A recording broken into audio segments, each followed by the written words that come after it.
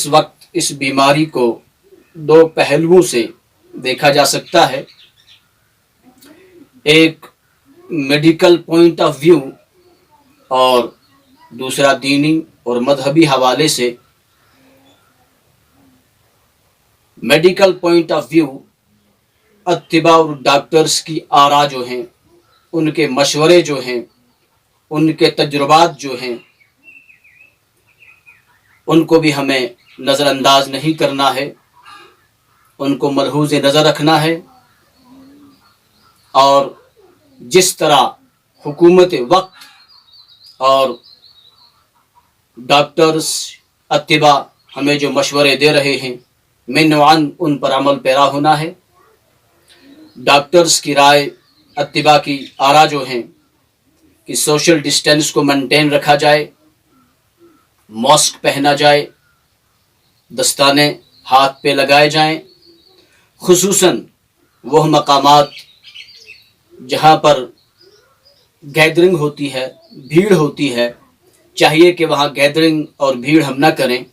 مثلاً بینک پر اور ration depot پر، اسی طرح باقی جو بھی مقام ہے جہاں پر گیدرنگ کا خطرہ ہے، ہسپتال ہے، وہاں پر سوشل ڈسٹینس کو ہم پورا اس کا خیال رکھیں، سوشل ڈسٹینس کو مینٹین کریں اور دستانے ہاتھوں میں پہنیں.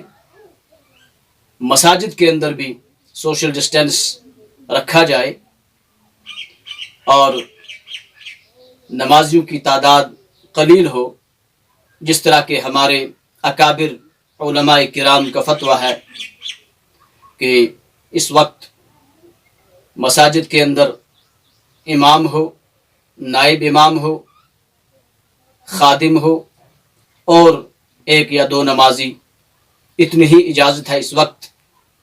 مساجد کو آذان اور نمازیوں سے آباد رکھے.